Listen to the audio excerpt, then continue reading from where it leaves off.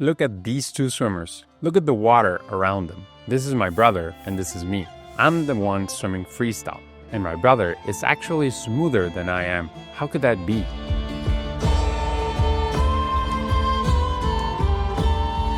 In our last video, we compared swimming smooth versus swimming fast. Most people giving advice online focus on speed, on the rules for getting faster. There are plenty of those, written and unwritten rules. But here, we're doing something different. We moved all that fast swimming advice to another channel. This one is for something new, something I call smooth and timeless swimming, or S&T swimming. Swimming for beauty, for the feeling, as a medicine for the body, mind, and soul. Before we continue with the video, if you want to improve your flow in the water, the best way we can help is in person. Here are our tour dates for the 2026 swimming camps. You know the drill. Reserve your spot soon or wait another year. Click in the top right corner to find out more, or in the link in the description. After your incredible feedback, I jumped straight into the pool to explore what this could be. I also did some research. I just wanna have fun, turn around now, turn around now. I just wanna have fun, turn around now, turn around now. I just wanna turn around, dance. I just wanna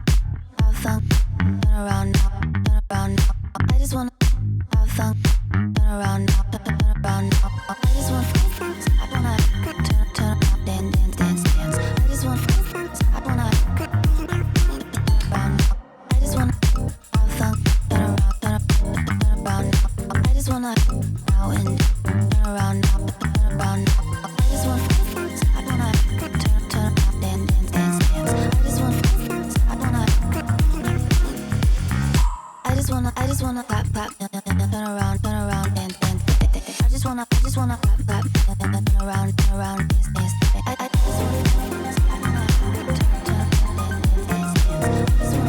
And I found a lot of inspiration, but I found no exact match for what we were building. So I wrote down 7 rules and their opposites, the anti-rules, to guide us. We don't want people to get confused and think we're doing synchronized or artistic swimming. 2 reasons we want to avoid that. Artistic swimming is a competition, and we don't want this to become a competition. 2, a lot of the time, artistic swimmers are vertical in the water, and we want to move from one point to another. So here's the anti-rule. Number 1, compare yourself to your past self and to others. Watch the person in the next lane and be jealous. Scroll online and measure yourself against strangers. Be sad that you are not like them and that you cannot swim as fast as them, and torture yourself because you cannot swim as fast as you were when you were younger. Now, this is rule number 1. Horizontal movement. Don't compete, not with others, not with yourself. We swim horizontally, moving from point A to point B, not for the judges, medals, or likes. If we want this to be more aesthetic and not worry about the speed or the time, we want to keep the splash to its minimum. That also means fewer bubbles under the surface. What this can look like to the extreme, we don't know yet, but we'll keep exploring. Anti-rule number 2, thrash. Kick like the water is your enemy. Leave bubbles and splashes in your wake. Use your knees and elbows as your main weapons. Rule number 2, minimum splash. Keep it quiet. Splash less. Let your movement disturb the surface as little as possible. Smoothness leaves the water still. Like many of you have said, you want to exit your swimming session feeling relaxed and accomplished, not exhausted and stressed. Many of you compared it to meditation, and I think that is spot on. All the forms of meditation have a breath control component. Anti-rule number 3, treat breathing like an emergency, gasping at the wall, wide mouth, and desperate. Make loud noises as you exhale and inhale as much air as possible while you swim. Rule number 3, control breathing. If you control your breath, you can control your thoughts. Do not gasp for air. Let breath guide the movement, not the other way around. If we go back to the first video, we can see that my brother Raul is even smoother than I am, even with this weird stroke. But if we let it play all the way, we can see that he stops because he is tired. Although it is smooth and might be a good exercise, this way of swimming might not be what we're looking for. We want something more sustainable. But we're also not constrained by the 4 strokes of the mainstream swimming competitions. Who knows, maybe with more training of this type, it could become more sustainable and it would make your triceps really strong. But we'll continue to investigate. Sustainability of the swim is something we can strive for. Anti-rule number 4. Burnout. Go so hard that you have to stop mid-length. Rule number 4. Swim sustainably. It doesn't matter what stroke you do. A stroke can be invented, but do a stroke you can repeat without breaking down. Something you could do for as long as your mind wants to stay in the water. It doesn't matter if it's not perfect. We're looking for sustainability of your current abilities. If we're going for aesthetics, then we should add another rule. Humans find patterns beautiful. We can see it in architecture, paintings, and in nature. If you add pattern across time, we call it rhythm. If we want to explore the beauty of swimming, then I think we need to make it rhythmic. That means sticking to one pattern for the entire length, or closing the length with the same pattern that it started. That might mean doing dolphin kicks at the beginning and at the end of the length. Anti-rule number 5. Swim with chaos. Every length, a different tempo and style of swimming. Don't do anything 3 times in a row. Rule number 5.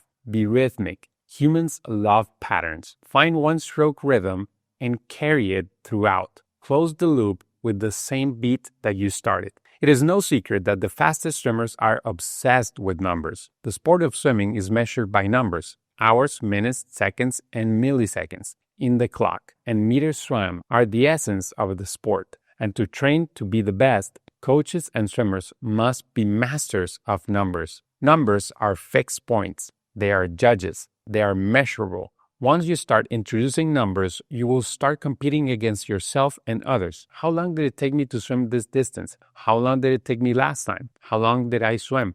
Once you introduce numbers, you will start getting a little bit anxious and lose focus of the beauty of the things that are difficult to measure, like the feeling of the water through the body, or losing yourself in time and forgetting how much you have swam. And I know this might be difficult for some people, and I'm not saying you should get rid of your watch or not count the number of laps you do, but focus more on the things that you can't attach numbers so easily to. It will be liberating. Anti-rule number 6. Measure everything. Time your laps, count your meters, chase the numbers. Be obsessed with improving your numbers. Rule number 6. Be numberless. Forget the clock. Lose yourself in the unmeasurable. The feel of the water, the sound of the bubbles, the moment when time disappears. The elegance of the movements. Here's one that will get people confused. People will think that S&T swimming is effortless. We mentioned controlled breathing and we said sustainable. That will make you swim for longer without being exhausted. But I purposely didn't want to say effortless. Think about meditation or even walking. Those are not effortless activities. They might be liberating and contemplative, but not effortless. Effortless is sitting on a couch, eating junk food, and watching TikTok. Promising that you can swim without any effort is like promising you that you can make a lot of money without any work. I will not do that. Any type of swimming requires effort. Getting in the water without a lot of clothes is already a big mental effort. We aren't looking for effortless swimming. Instead, we're looking to channel the effort into worthwhile pursuits. Anti-rule number 7. Think, I want to swim without any effort, and then be disappointed at how hard it is to jump in the cold water or expose your body to strangers. Be discouraged that you don't swim smoothly yet. Think about how much easier it would be to just lie on the couch scrolling TikTok. Rule number 7. Accept the effort. Swimming always asks something of you.